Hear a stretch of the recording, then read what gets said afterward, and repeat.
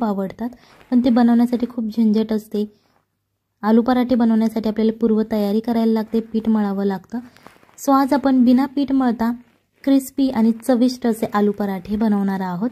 ही recipe करायला सोपी आहे, झटपट होणारी आहे आणि कोणतीच पूर्वतयारी तुम्हाला करावी लागत नाही। चला तर मग जास्त वेळ न घेता आजच्या रेसिपीला सुरुवात करूया। आणि व्हिडिओ आवडत असेल पहिल्यांदा इथे आपल्याला अर्धा चमचा हळद घ्यायची आहे। त्याच्यानंतर 1 चमचा पांढरे तीळ घ्यायचे आहेत। तुम्ही पॉलिशचे किंवा बिना पॉलिशचे तीळ यूज करू शकता, कोणताच प्रॉब्लेम नाही आहे। त्याच्यानंतर 1 चमचा आपल्याला गरम मसाला घ्यायचा आहे। त्याच्यानंतर आता आपण वापरणार आहोत 1 चमचा लाल तिखट। हे लाल तिखट आपण आपल्या घरातलं वापरायचं आहे, जे रोज आपण भाजी करण्यासाठी वापरतो ते लाल तिखट घ्यायचं आहे। त्याच्यानंतर अर्धा चमचा आपल्याला ओवा घ्यायचा आहे, कारण ओवा आपल्या शरीरासाठी खूप चांगला असतो आणि नेहमी आपण भाजीत वापरतोच। सो आज आपण आलू पराठ्याची जी भाजी असते त्याच्यासाठी ओवा वापरणार आहोत। 1 चमचा आपल्याला धना पावडर घ्यायची आहे। जर तुमच्याकडे धना पावडर अवेलेबल नसेल तर तुम्ही धने मिक्सरवरती बारीक करून घेतले तरीही चालतील।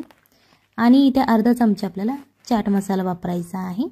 जर तुमच्याकडे चाट मसाला अवेलेबल नसेल तर तुम्ही इथे आमचूर पावडर सुद्धा वापरू शकता, कारण चाट मसाल्याने खूप छान चव येते आपल्या भाजीला। सो आता हे सगळे मसाले आपण काढून घेतलेले आहेत। यामधले मसाले कमी जास्त होऊ शकतात, जर तुमच्याकडे एखादा मसाला अवेलेबल नसेल तर तुम्ही नाही यूज केला तरीही चालेल। आता हे आपण एका साईडला ठेवून घेणार आहोत। त्याच्यानंतर आपल्याला इथे एक मिक्सरचं भांडं घ्यायचं आहे। 1 चमचा बडीशेप घ्यायची आहे। इथे तुम्ही कोणतीही बडीशेप वापरू शकता, भाजकी असेल किंवा न भाजलेली असेल तरीही चालेल। 1 चमचा धने घ्यायचे आहेत आणि याच्यानंतर आपल्याला 2 तेजपत्त्याची पाने घ्यायची आहेत, कारण तेजपत्त्याची चव खूप छान लागते। आणि हा जो तेजपत्ता आहे तो आपल्याला असे छोटे छोटे तुकडे करून या मिक्सरच्या भांड्यामध्ये घालायचा आहे। आणि आता हे आहे, जर तुमच्याकडे खलबत्ता अवेलेबल असेल तर तुम्ही त्यामध्ये ते कुटून घेतलं तरीही चालेल।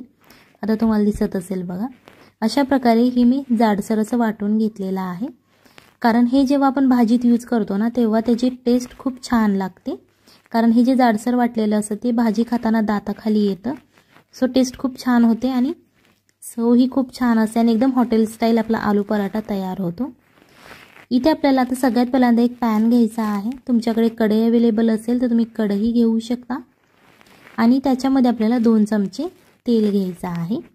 जर तुम्हाला तेल आवडत नसेल, बटर किंवा तूप आवडत असेल तुम्ही ते घेऊ शकता। अर्धा चमचा जिरे घालायचे आहेत आणि हे जिरे सगळ्यात पहिल्यांदा छान असे तडतडून द्यायचे।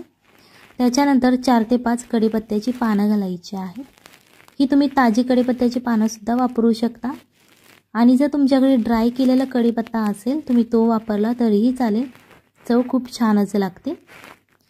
त्याच्यानंतर हिरव्या मिरच्या वापरायच्या आहेत आपल्याला 2 बारीक चिरलेल्या। जर तुम्ही तुमच्या मुलांसाठी बनवत असाल तर मिरच्यांचं प्रमाण थोडंसं कमी करायचं आहे आणि जर तुम्ही तुमच्यासाठी बनवत असाल तर तुम्ही तुमच्या इच्छेनुसार तिखट कमी जास्त करू शकता।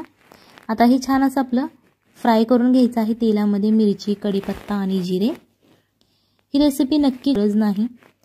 आता जो आपण मिक्सरमध्ये मसाला बारीक करून घेतला होता, धने, तेजपत्ता आणि बडीशेप, ती सुद्धा या तेलामध्येच घालून घ्यायचा आहे आपल्याला। आणि हा जो मसाला आहे तो फ्राय करताना आपल्याला हाय फ्लेम करायची नाही, मीडियम टू लो तुम्ही ठेवू शकता आणि हा मसाला छान असा तेलामध्ये फ्राय करून घ्यायचा आहे। हा जो आपण जाडसर मसाला वापरत आहोत तो एकदम हॉटेल स्टाईल होतो, कारण हॉटेलमध्ये असा जाडसर मसाला यूज केला जातो भाजींमध्ये। समोसाची भाजी असू द्या किंवा बटाटा वडा असू द्या किंवा आलू पराठ्याची जी भाजी असते त्यामध्ये असा जाडसरच असा मसाला तयार केलेला असतो। त्याच्यानंतर आपण जो एका प्लेटमध्ये सगळे मसाले, सुखे मसाले जे आपण काढून घेतले होते ते सुद्धा याच तेलामध्ये आपल्याला घालून घ्यायचे आहेत आणि फ्राय करायचे आहे, जेणेकरून याची चव खूप छान लागेल।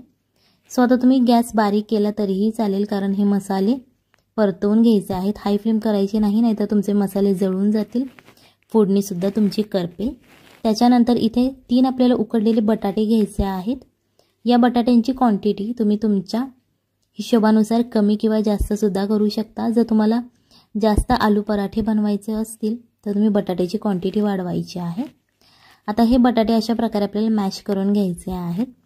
तुम्ही हाताच्या मदतीने घेऊ शकता मॅश करून, किंवा जर तुमच्याकडे मॅशर अवेलेबल असेल तुम्ही त्यामध्ये घेऊ शकता, आणि जर मॅशरसुद्धा अवेलेबल नसेल तर तुम्ही चाकूच्या मदतीने त्याचे छोटे छोटे तुकडे करून घेतले तरीही चालतील. आता हा जो बटाटा आहे तो आता या मसाल्यामध्ये आपण फ्राय करून घेतलेला आहे. त्याच्यानंतर अर्धा चमचा आपल्याला रेड चिली फ्लेक्स वापरायचे आहेत, कारण रेड चिली फ्लेक्स दिसायलाही खूप छान दिसतात आणि टेस्टही खूप छान देतात. चवीनुसार मीठ घालायचं आहे आणि आता ही भाजी आपल्याला परत एकदा फ्राय करून घ्यायची आहे. दिसायलाही खूप छान दिसते ही भाजी. जर तुम्हाला कोथिंबीर आवडत असेल तर तुम्ही यामध्ये कोथिंबीर घालू शकता, पण ती ऑप्शनल आहे. आवडत असेल तर तुम्ही घाला. आता हे आलू पराठे बनवण्यासाठी आपण पीठ तयार करून घेणार आहोत.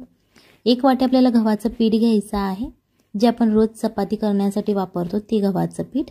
त्याच्यानंतर अर्धा कप आपल्याला मैदा घ्यायचा आहे. जर तुमच्याकडे मैदा अवेलेबल नसेल तर तुम्ही पूर्णपणे हे आलू पराठे गव्हाचे सुद्धा बनवू शकता, आणि मैदा आवडत असेल तुम्हाला तर मैदासुद्धा अर्धा कप घालायचा आहे. 1 चमचा तेल आणि चवीनुसार मीठ घालायचं आहे. हे तेल मी साधंच वापरलेलं आहे, कोणतंही गरम करून घेतलेलं तेल नाही. त्याच्यानंतर अर्धा चमचा आपल्याला इथे ओवा घालायचा आहे, जेणेकरून याची चव खूप छान लागते. आता हे छान असं आपल्याला मिक्स करून घ्यायचं आहे, जेणेकरून आपण जे तेल यामध्ये घातलेलं आहे ते चांगलं असं पिठामध्ये मिक्स होईल आणि छान असं आपलं पीठ तयार होईल. एकदम छान अशी कन्सिस्टन्सी येईल. यामध्ये आपल्याला पाणी घालायचं आहे. 3 वाटी पाणी यामध्ये आपण घालून घेणार आहोत. थोडं थोडं करत हे पाणी घालायचं आहे. इथे पाण्याचं प्रमाण कमी जास्त होऊ शकतं, हे तुमच्या पिठावरती डिपेंड करणार आहे. सो टेन्शन घ्यायची काहीच गरज नाही आहे. अजिबात ही रेसिपी बिघडत नाही. जर तुमचं या पिठामध्ये पाणी जास्त झालं तरीही रेसिपी तुमची बिघडणार नाही आहे. सो तुम्ही फ्री होऊन ही रेसिपी बनवू शकता. अशा प्रकारे फक्त थोडं थोडं करत यामध्ये अंदाज घेत आपल्याला पाणी घालायचं आहे.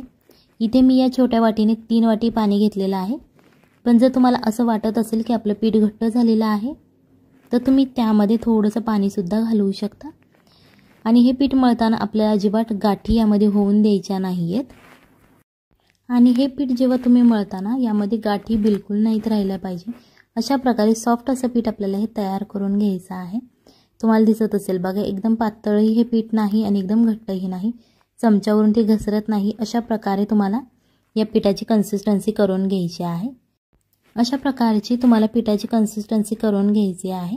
जरी तुमचं पीठ पातळ झालं असेल तर तुम्ही थोडंसं त्यामध्ये गव्हाचं पीठ किंवा मैदासुद्धा ॲड करू शकता. इथे आपल्याला एक पॅन घ्यायचा आहे. तुमच्याकडे जो अवेलेबल असेल तुम्ही तो घेऊ शकता. त्यामध्ये थोडंसं तेल घालायचं आहे. जर तुम्हाला बटर आवडत असेल तर तुम्ही बटरसुद्धा यूज करू शकता. सगळ्यात पहिल्यांदा हा पॅन आपल्याला गरम करून घ्यायचा आहे तेल घातल्यानंतर, आणि थोडंसं अशा प्रकारे ते तुम्ही चमच्याच्या मदतीने स्प्रेड करू शकता तेल, किंवा असंच पॅन थोडासा असं हलवून तुम्ही स्प्रेड करू शकता. आणि जे आता आपण बॅटर तयार केलेलं आहे गव्हाच्या पिठाचं आणि मैद्याचं, ते अशा प्रकारे सर्कलच्या शेपमध्ये गोलाकार आपल्याला हे पसरवून घ्यायचं आहे. जसं तुम्हाला आवडत असेल पातळ जाड तसं तुम्ही तुमच्या इच्छेनुसार हे पसरवून घ्यायचं आहे. आणि मीडियम आचेवरती आपल्याला सगळ्यात पहिल्यांदा हे शिजवून घ्यायचं आहे, जेणेकरून हे पीठ कच्चं राहणार नाही. अशा प्रकारे पहिल्यांदा हे शिजवून घ्यायचं. आता याच्यानंतर आपण जो बटाट्याची भाजी तयार केलेली आहे ती अशा प्रकारे हाताच्या मदतीने तुम्हाला पसरवून घ्यायची आहे. पातळ अशी पसरवायची आहे. जर तुम्हाला जास्त बटाटा आवडत असेल तर तुम्ही जास्त जाडसर असा थर बटाट्याचा दिला तरीही चालेल.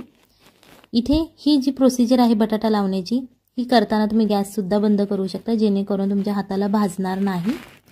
आणि बटाटा भरून झाल्यानंतर परत तुम्ही गॅस चालू करू शकता. त्याच्यानंतर परत याच्या वरतून आपल्याला पीठ असं गोलाकार असं पसरवायचं आहे. जेवढी तुमची खालची लातिंबी आहे तेवढ्याच प्रमाणात ते पीठ वरचं पसरवून घ्यायचं आहे. आणि हा जो आलू पराठा आहे तुम्ही तुमच्या इच्छेनुसार जाडसर पातळसुद्धा बनवू शकता. जसं तुम्हाला खायला आवडतो तसा तुम्ही हा क्रिएट करू शकता. सो आता आपला वरचाही लेअर त्याचा तयार झालेला आहे. थोडंसं कडेने तेल सोडायचं आहे, जेणेकरून तो क्रिस्पी असा फ्राय होईल खालच्या बाजूने. सगळ्यात पहिल्यांदा हा आलू पराठा आपल्याला खालच्या बाजूने फ्राय करून घ्यायचा आहे, क्रिस्पी. कच्चा ठेवायचा नाही.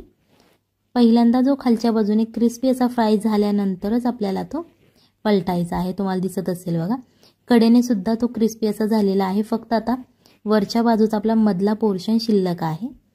अशा प्रकारे आता हा एका बाजूने क्रिस्पी फ्राय झालेला आहे. आता हा दुसऱ्या बाजूनेही फ्राय करून घ्यायचा आहे. तुम्ही ते बटर किंवा तूप लावू शकता आणि फ्राय करून घेऊ शकता. आणि उलटण्याच्या मदतीने सुद्धा असा दाबत दाबत तुम्ही तो भाजू शकता, जेणेकरून कुठल्याच बाजूने तो कच्चा राहणार नाही. ही रेसिपी नक्की घरी ट्राय करा, आपल्या फॅमिलीला खाऊ घाला आणि मग मला कमेंटमध्ये सांगा कशी झाली होती. हा आलू पराठा तुम्ही तुमच्या मुलांच्या टिफिनला देऊ शकता, लंच किंवा डिनरमध्ये सुद्धा तुम्ही खाऊ शकता. इतके टेस्टी ही रेसिपी आहे आणि हा क्रिस्पी खूप लागतो. सो अशा प्रकारे ही नक्की घरी ट्राय करा. आता तुम्हाला दिसत असेल बघा, त्याचे दोन्ही लेअर छान असे सुट्टे होतात, वरचा आणि खालचा.